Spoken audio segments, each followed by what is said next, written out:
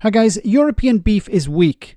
Now that was the attack line by Howard Lutnick, Donald Trump's Commerce Secretary, in response to questions about why the president is imposing a 20% tariff on imports from the EU. Trump has said in the past a number of frankly weird things about Europe, but on each occasion he has demonstrated a complete lack of understanding, be it what VAT is, or the actual reason behind the formation of the European Economic Community, which we call today the EU.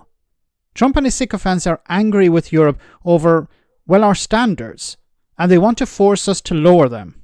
I mean, the European Union won't take chicken from America. They won't take lobsters from America. They hate our beef because our beef is beautiful and theirs is weak. Okay, our beef is weak. Theirs is beautiful. Ours is weak. And that's the reason why the European Union is not willing to take in American beef.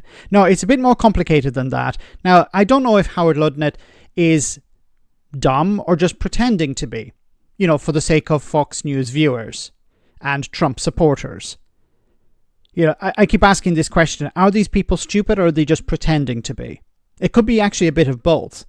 Now, what he's talking about here, of course, is the standards. European Union have certain standards. If you want to sell into the European Union, you have to meet the standards. If you don't meet the standards, you're not allowed to sell or you have to pay the price.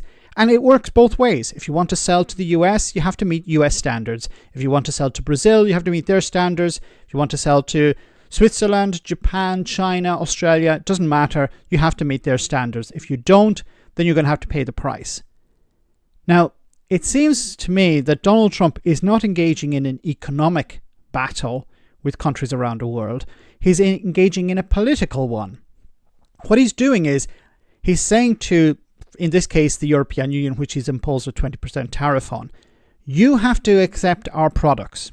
We're not going to increase our standards in order to meet yours so we can sell in an easier way. And remember that a lot of products are sold into the US, from the US into the EU because they meet the standards.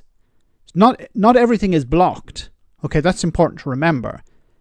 But what Trump is saying here, or trying to do, or trying to achieve, is, well, I want to force the EU to lower its standards so we can sell in hormone-treated beef or chlorinated chicken or all sorts of things. But that's not going to happen. The opposite is going to happen. You're going to actually close yourself off because countries like China and Japan are working out an agreement where they can increase their trade and avoid dealing with the US. Not completely, but they can reduce their dependence on the US. The European Union and Canada are trying to reduce their dependence on the US. So the more Donald Trump pushes Canada, Mexico, the European Union, China, Japan, and others, the more he drives them together. This is not going to work. He may think, okay, if I act tough and demand things, I'll achieve that. I'll get I'll get what I want. Now, that may work with some countries. Small countries, for example, may be forced to do as Donald Trump demands. But big economies like Japan, the EU, China will not. They will say, we will go elsewhere. We will bypass the United States where we can. It's not going to be possible in all cases.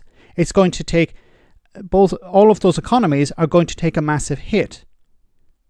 But what's the alternative? To lower your standards? To destroy your own industries in order to satisfy Donald Trump? No, I think many companies in Europe, in China, around the world are going to sit this out as well because they have a feeling that Donald Trump is not going to be there forever. So they're going to hold off investment in the US. They're going to look for markets in other parts of the world. They're going to try and avoid the US where possible. And Donald Trump's attempts to strong-arm companies and countries, I think, is going to blow up in his face.